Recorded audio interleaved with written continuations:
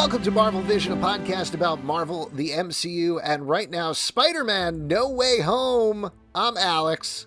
I'm Justin. I'm Pete. And on this podcast, we're going to be dissecting the new Spider-Man No Way Home trailer that just premiered. Very exciting, very new, very fresh. It's got everything you wanted, from a couple of villains you knew were in it to no additional Spider-Man. There you go. How's that work? Well, first of all, I mean, obviously there was a lot of anticipation for this. People thought they were going to show off Tobey Maguire, Andrew Garfield. Right. We did get to see in the trailer Jamie Foxx as Electro. Right. You get to hear Willem Dafoe as Green Goblin. You get to see him later. Maybe Thomas Hayden Church as Sandman's face, Yeah, possibly. it kind of looked like his face, yeah. Lizard Feels is in like there him. as well. So it's Reese Ifans. And a lot more of Alfred Molina as Doc Ock. But what's your early impressions, having just watched the trailer? What's your big takeaway from this? Really interesting. Doctor Strange being a dick is my first impression. He was like, hey, you That's not messed new. up that spell. It was like, hey, Doc, it seems like you're the spellcaster here. So I'm... and even MJ was like, you could say please. So I'm glad somebody's taken Doc down a notch. But yeah, it was a roller coaster of emotions watching it for sure. A lot of oh shit moments. It looks epic as fuck. I'm excited, but I'm also worried that there's so much going on. I don't know how they're going to kind of handle it all. This really reframes the movie, this trailer, I feel like, in a way that I didn't quite see coming. First, we get a lot more Mary Jane. I like that she is sort of like a main character here, almost like alongside Peter the whole time, which I'm very excited about. I think she's great. Yeah, Zendaya is great as her. But it feels like Spider-Man is trying to save the lives of the Sinister Six, who are maybe being not allowed to live in this universe or live at all. Doctor Strange is reframed more as the villain here. So it really changes up the dynamic. And to your point, Alex, we don't get any other Spider-Man. This trailer is much less fun than I expected. I thought we were going to get a little bit more of like screwing around with the multiverse. It feels like, again, that first trailer was sort of like the first 20 minutes of this movie, even though it feels like the whole thing. This feels like a big middle type story of the trailer. And I gotta think, we gotta get the Spider-Man meme moment. I feel like there is more fun to be had here that we're just not being shown yet, which is fine. Yeah, I agree with that as well. I saw somebody say on Twitter, and I think this is absolutely a correct take, what would the marketing have been like for this movie if Alfred Molina hadn't given an interview saying, oh yeah, I'm playing Doc Ock in this movie? Right. Because the only reason they're featuring him so heavily is everybody knows it. He was open about it. He admitted it. So all of this other stuff they're teasing out very, very slowly. We knew about Jamie Foxx. At this point, I think everybody kind of knows about Willem Dafoe playing Green Goblin, and they've been doing those tiny little Green Goblins on the posters.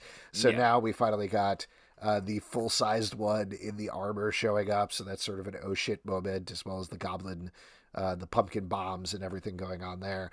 But to your point, yeah, it certainly sounds like, and I think there's some rumors about the movie, that Doc Strange, the spell gets messed up.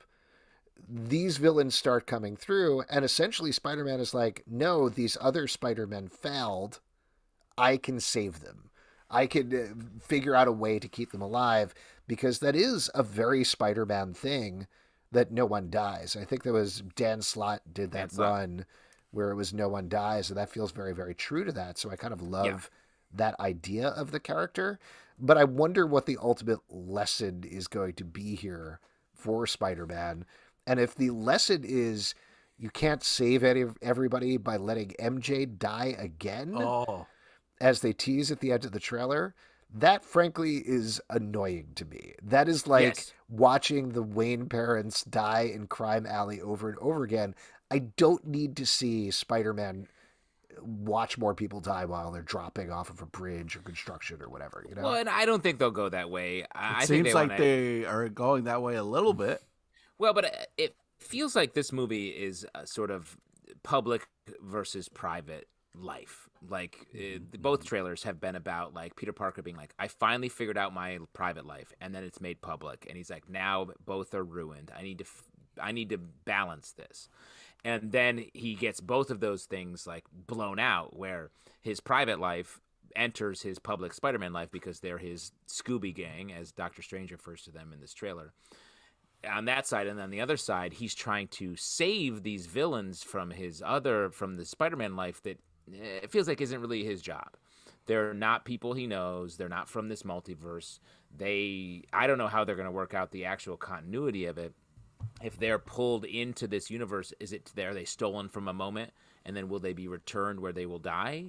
Is he trying to? That seems like the idea, right? Based on, granted, we've only seen a 2.5-minute trailer at this point, but I don't know how else it would work. I think at the very least, that's what Doctor Strange probably wants to do. But is his idea he needs to convince these villains that Spider-Man's good, and then they can go back to their universe and not try to kill that Spider-Man? So is his idea he's doing good by his sort of people? I mean, I guess it depends on when they're being pulled, right? Like if Green Goblin is being pulled from the moment that his Goblin glider impales him in Spider-Man 1, doesn't have a lot of chance to change his mind there. But I don't think it's at their moments of death or the end of their stories. I feel like it has to be the middle. These villains, just from the trailer, seem that they're at the peak of their powers. Mm-hmm. And at the end of all the Spider-Man movies, the villains have sort of unraveled. The whole point of those movies is like they've gone mad and their villainy is exposed, their weakness is exposed because they go too far. And if that's a runner, his idea here maybe is that he has to pull them back and be like, talk some sense into them, while they're trying to kill him at the same time. So it's one of those movies that he's going to be stressed out the whole time, which feels like the theme of our modern Spider-Man movies. And I hope there's more take to it, because I don't need to see a movie where Happy Hogan's watching and being like, this sucks the whole time. And Doctor Strange's like, figure this out, kids. Like, I want to see that. I want to see that pop a little bit more. So I'm hoping we'll get. Well, speaking of the pop, it's something that Doctor Strange says that kind of blew my mind is there's a lot of Scooby-Doo talk. And so that makes me think, are we going to get some fun musical montages of them running between worlds? And it looks like just a hotel room and they're kind of going out in different doors and the bad guys are chasing them, but then like they're chasing the bad guys. Peter the full Scooby. You're talking about the full Scooby. Yeah. And is it going to be Mr. Wilkins the whole time at the end? Like, could be. They could take off Doctor Strange's face and reveal him to be an old man, and he'd be like, Old Man Jenkins, and it was playing Doctor Strange. Oh man, that would be absolutely wild. What also seems wild is the final moment of the trailer where Doctor Strange is standing on the Statue of Liberty Island that I'm blanking on the name of. Not Ellis Island. Is it Ellis Island? No. Different place. No. Anyway, the island of the Statue of Liberty is like, I can't hold them back any longer, and there's cracks appearing in the sky over them. That certainly seems to imply that there's more than even these villains coming through, right? Like we potentially are going to see not just Jamie Foxx as Electro, but every possible version of Electro, all the Doc Ocks, absolutely everybody all coming through at the same time, which if they go for that to me, that would be awesome and wild and exciting in a very different way than I right now feel about this movie. Well, and that implies that if all the villains are coming, if it's the Sinister 6,000 or whatever, then it feels like all the Spider-Man will come and we're going to get an epic all Spideys versus all Sinisters battle, which seems very cool. I'm curious how they messed up the spell where that's what happens. Like, what words do you have to say to be like, oh, all the randos are coming for us? It's weird. I don't know how magic works, man. One other thing to throw out to you guys before we start to wrap up here. So right now, just based on this trailer footage and based on everything that we know about the movie, we've got 5 villains, right?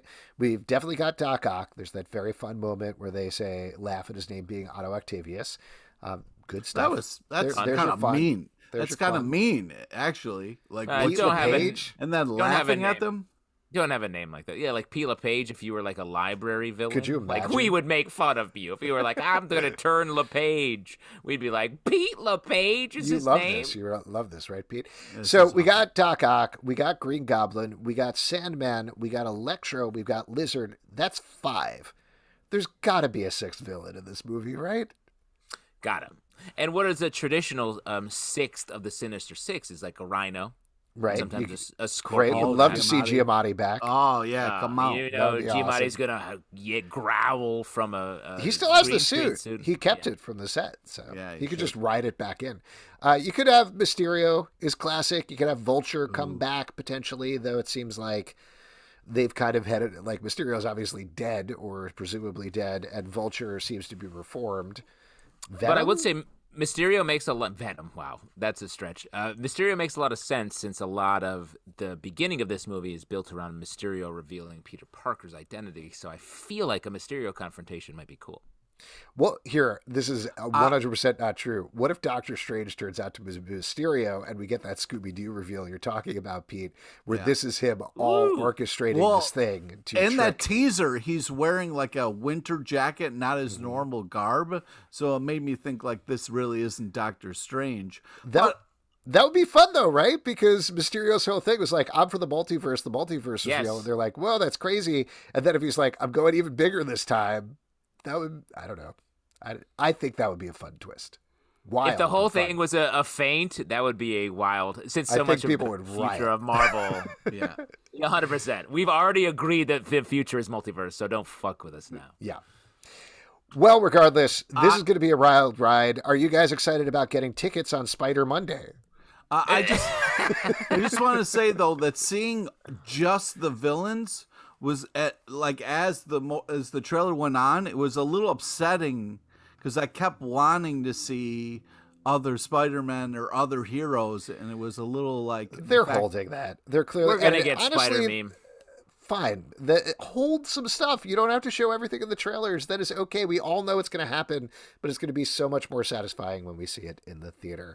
And for all of you out there, we're going to have plenty more Marvel Vision coming your way. Hawkeye is coming up, and we'll probably have a couple of other things that we cover. So definitely, if you want to chat about all that stuff, you can check out our live show every Tuesday at 7 p.m. Crowdcast and YouTube, iTunes, Android, Spotify, Stitcher, or the app of your choice to subscribe, listen, and follow the show at Marvel Vision Pod on Twitter, Instagram, and Facebook, comicbookclublive.com for this podcast and many more. Until next time, stay Spider-us. Oh, good. Wow, Thank you're you. part of it. Spider Monday. I'm celebrating. I'm spider-braiding it already. Wow. Wow.